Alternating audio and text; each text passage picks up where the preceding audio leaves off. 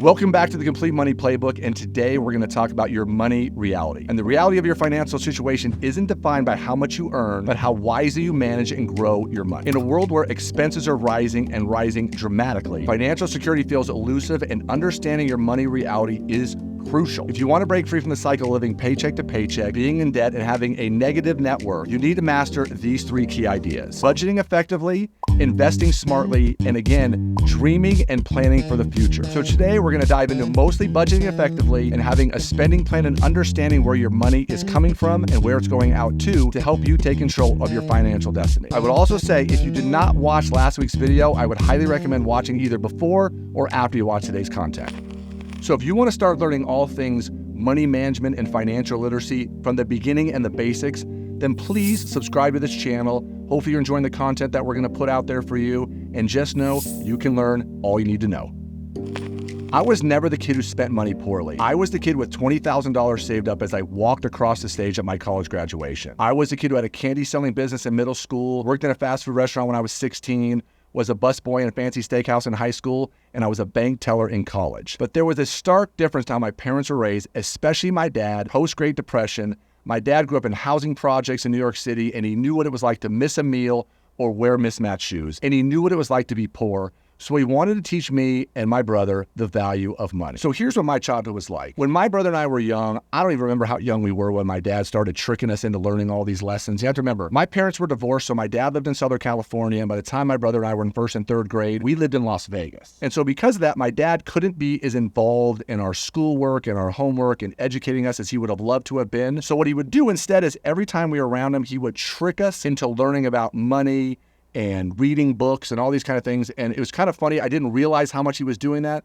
until we got much older. So here's a little lesson I want to tell you about. When we were young, we were like 9 and 11, we got real lucky. And for the first time, my brother and I got to go to Hawaii. We went to Maui. And one of the things that we would always do when we take these trips is my dad would always just give us spending money for the trip. And it was kind of funny because we didn't know at the time is he was going to spend this money on the trip anyway, but he wanted us to feel, know what it feels like to actually have to dig in our own pocket, pull out our own money, whether it was for food or some sort of souvenir, whatever the case may be. But then he took it to another level. So I can remember this like it was yesterday, and this is over 40 years ago now, where he took us into this restaurant, and my dad and my stepmom sat at a table over here, and my 9-year-old brother and I, when I was 11, we sat at a table over on a different part of the restaurant.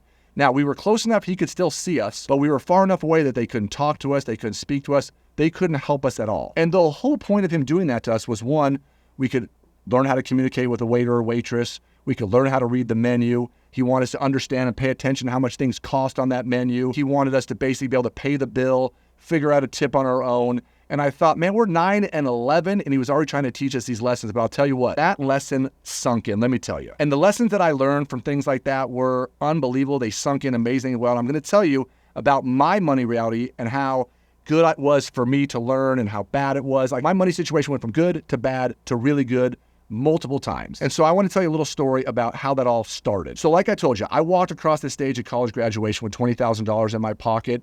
I was very fortunate. From the time I was a little kid, my dad was going to send us to college. And it was one of those things where we were the first ones in our family to even go to college. And because of that and all these money lessons we learned, I was able to literally graduate in May of 1994, buy a house in June of 1994, and I didn't even get married till later that year. And I was able to use all my own money. It was awesome. It was fantastic. Like I said, I was 23 years old. And at that time, we were able to buy some brand new furniture for our house. We basically were able to buy our own landscaping, even though we installed it ourselves. We put in new blinds on the windows and the walls instead of having to use bed sheets or tin foil like a lot of my friends had to do. And you know what? It was an amazing feeling to know that all the hard work you put in through high school and through college, I had a new job and a new career, and we were on our way to doing all the things that we want to talk about in these videos. So our income kept growing and growing. Our financial assets kept growing and growing. We were doing a great job building up our wealth. I had a 401k at work. 1 year after I graduated, my wife at the time graduated. We now had 2 incomes, and we were doing amazingly well for a couple of people that were literally in their mid to early 20s. And that continued every year on and on. We went from our first house to our second house to our third house. And here we are now with a 1-year-old and a 4-year-old. And like I told you, the Great Recession happened. And to be honest with you, like many people, it kicked our asses. At that time, obviously, we were both in real estate, and the real estate market basically came to a halt. If you weren't doing short sales or you weren't in some sort of deal with a bank where you were doing foreclosures, You probably, as a realtor in those days, can remember you weren't making a whole lot of money. So from the end of 2008 to the middle of 2009, you could see the market was sort of coming to a better place. And I literally made almost zero money over those 9 months. Our timing on all this was even worse because, like I told you before, we had opened up that real estate company in 2005. And not only were we suffering, but the agents in our office were suffering. And really, at the end of the day, nobody was making a whole lot of money. And so here we are now. We're in the middle of 2009. It's sort of starting to feel like we're coming to the end of this global economic recession.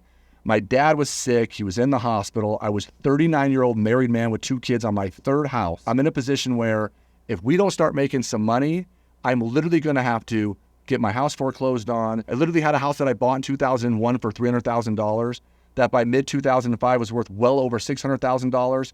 And now the time we're talking here at the end, middle of 2009, I literally couldn't have given it away for more than the $300,000 that I bought it for. And of course, my loan balance wasn't that much different from there. So it wasn't like we had a house we could sell and walk away with a bunch of money. We were literally this close to losing everything and having to move into my in-laws' house, which was not something that we wanted to do as someone who was 39 years old, who literally had done all the right things for most of my life. And now here I am in a complete financial disaster. So as we hit the middle of June, in 2009, I can remember, again, like it was yesterday, June 22nd, 2009, I sold a home. I then worked the next 122 days in a row because I needed the money more than I needed the rest as our success started to happen. And literally every year from 2009 until 2022, every year my real estate business got better and better and better. And the sad part is my dad never got to see that success over the next dozen years. He only got to leave at the worst time in my worst financial situation, and he never got to see all the wins we're about to have over the next decade from all the lessons we learned. And we were able to, like I said, dream up what we wanted to do, but we had to figure out what our current reality was. And that's why I want to talk to you about that today, because many of you might be in a situation that wasn't negative $750,000 in debt, that wasn't in a position that was nearly as ugly and bad as I was. But the nice part was this. So me and my wife at the time, we were able to communicate, get on the same page, and know that we needed to fix this. And it wasn't her fault or my fault or anyone's fault. It was us trying to figure out how we can then get ourselves back on the plan and know all that work we did the first 12, 15 years we were together wasn't for waste. We started off in 2010 and we never had another financial poor year after that. But at the same time, we had this huge debts to pay off. And what we started doing was this. As our income grew and grew over that time frame and we had this massive debt we needed to pay off, the goal was, as we started making more, we were never going to live on more than 50% of our income. And because of that, we were able to get that $750,000 in debt paid off relatively quickly because the real estate market, after being so bad, started getting better and better and better every year for 10 years. And when you are a self-employed person, you have the ability to be able to make larger sums of money. Usually in every relationship, there's someone who's more of a saver, someone who's more of a spender, there's someone who's more of a risk taker, and someone who's not. And we had a perfect balance because I was more of the conservative saver and she was more of the risk taker spender. And it worked out great for us because over that time frame, we were able to buy an office building, start a property management business, and build up not only our real estate brokerage, but also our real estate sales team, so that relatively quickly that debt was gone. And by the time 10 or 12 years went by and we were no longer married anymore, we were able to have a great conversation and split up the assets that we worked so hard to make together with no animosity, with no anger. And honestly, we both were able to walk away with multi-millions of dollars in assets and cash so that we could then continue on our path so that someday both of us will be able to leave stuff to our kids that, of course, we share together. No matter what your net worth is right now, you can literally add millions and millions to that number and know that we did it in a 10-year cycle because of something that happened that was completely out of our control. I look at all of you right now and I'm actually jealous, especially those of you that are so young.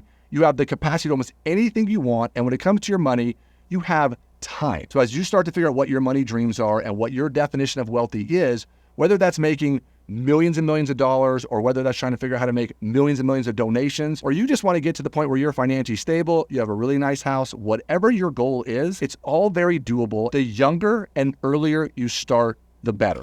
So if you want to find out more information about me and learning all things about the Complete Money Playbook, please go check out below in the link. We have a Complete Money Playbook website where you can find out more of how we're hopefully going to be able to help you in your financial dreams. So what I'm telling you now is whatever those goals are, it is totally achievable. And here is where we're going to begin. So I have some questions for you. Number one, do you have a financial plan? How much money do you have coming in? How much money do you have going out? Knowing what your assets are, the values of those assets, what the loan amounts of those assets are, what the interest rates you're paying on those, and what the monthly payment is. And yes, it sucks to have to figure that all out. You can do this though in many ways. So when I was young, there wasn't a lot of ways you could do this. I tended to do it on accounting paper or in writing. But in today's world, you can do online budgeting apps. You can use an Excel spreadsheet. I'm a huge fan, especially at the beginning, if you have no idea where your money and what your situation is, doing it on a pad of paper, because here's the thing. I love automation. All my bill pays are in automation. Everything happens in automation. But I think because everything is so automated now, the pain and the feeling of overspending, you never feel it because you're never pulling cash out of your pocket. You're never actually sitting down and writing a check. I know my kids are in their mid-20s, and I think they've never written more than a handful of checks in their whole life. So in some ways, I think when you start this process, and again, your money reality is what your current financial situation is right now. Going back to, like I said, if you have a house or you have a car or you have a boat or you have some tangible, actual thing, we need to again know what the value of it is, make it a low estimate. We don't want to overvalue these things. And again, the loan amount, the interest rate you're paying on it, and that monthly payment. We need to know all of these things. And eventually over time, we can go back down to the road of automation and automating these things. Almost 95% of my stuff is automated. There's a couple things I don't automate because, for example, I have some rental properties in a house that sometimes I like to pay more than the actual payment on. And so I don't have them set up on auto pay. I do it in a different way. So here are some questions that I have for you that hopefully will help guide you on this journey of gathering up this information. And the first question I always like to ask people is, what would make learning about money more fun? I know sitting down with a pad of paper and writing all this stuff down is not joyous at all. There's a reason why I was only an accountant for a really short time, and I would never go back to doing that because it's boring as all hell. But where would you be willing to go, or what would you be willing to do to learn more about money and finance? And of course, my other question is, what does winning the game of money look like for you? So if you haven't watched last week's video, I want you to watch that because I'm trying to dream up what your perfect financial scenario would be. And I know sometimes that's hard for people. We're always talking about negative things and negative news and all the things that are happening wrong, how cost of living has gotten so expensive. But for me, I want to look at it this way. If you were to say to yourself, everything went absolutely perfect. I'm talking for the next year, 3 years, 5 years, 7 years, whatever it is, how could that look for you? And for some people, your finances might be such a mess that you don't even want to look at it past the rest of this year or next week or next month. But we have to start thinking of more what could be and not what's actually happening at the moment. So the number one question that we have to answer with all of this is this: how do we start to not necessarily just earn more money? Because I know lots of people that are earning big money and they still live paycheck to paycheck, but we have to figure out how to keep more money and make it grow by saving, by investing, and learning about those things. Because honestly, it's pretty basic. It's not that complicated as people try to make it seem. You watch all these commercials and everybody has all these